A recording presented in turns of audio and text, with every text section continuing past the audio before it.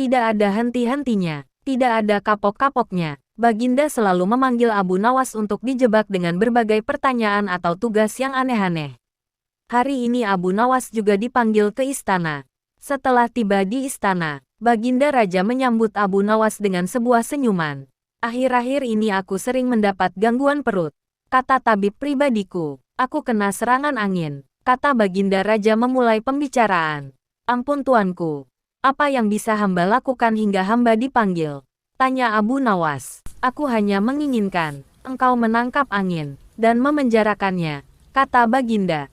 Abu Nawas hanya diam, tak sepatah kata pun keluar dari mulutnya. Ia tidak memikirkan bagaimana cara menangkap angin nanti. Tetapi ia masih bingung, bagaimana cara membuktikan bahwa yang ditangkap itu memang benar-benar angin, karena angin tidak bisa dilihat. Tidak ada benda yang lebih aneh dari angin. Tidak seperti halnya air walaupun tidak berwarna tetapi masih bisa dilihat, sedangkan angin tidak. Baginda hanya memberi Abu Nawas waktu tidak lebih dari 3 hari. Abu Nawas pulang membawa pekerjaan rumah dari Baginda Raja.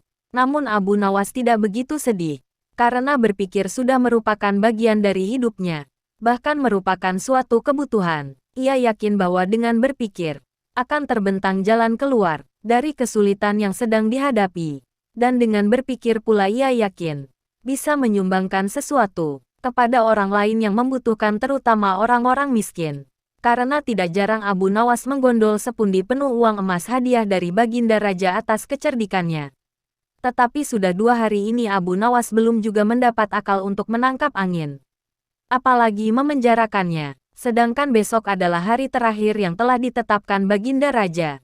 Abu Nawas hampir putus asa. Abu Nawas benar-benar tidak bisa tidur walau hanya sekejap. Mungkin sudah takdir. Kayaknya kali ini Abu Nawas harus menjalani hukuman karena gagal melaksanakan perintah Baginda. Ia berjalan gontai menuju istana. Di sela-sela kepasrahannya kepada takdir ia ingat sesuatu, yaitu Aladin dan lampu wasiatnya. Bukankah jin itu tidak terlihat? Abu Nawas bertanya kepada diri sendiri.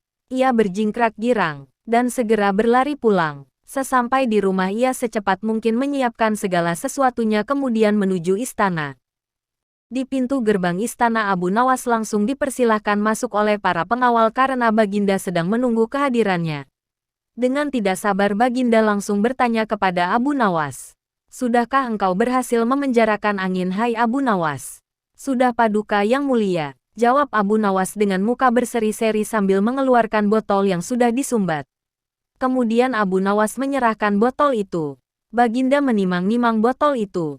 Mana angin itu? Hai Abu Nawas, tanya Baginda. Di dalam. Tuanku yang mulia, jawab Abu Nawas penuh takzim. Aku tak melihat apa-apa, kata Baginda Raja. Ampun tuanku, memang angin tak bisa dilihat.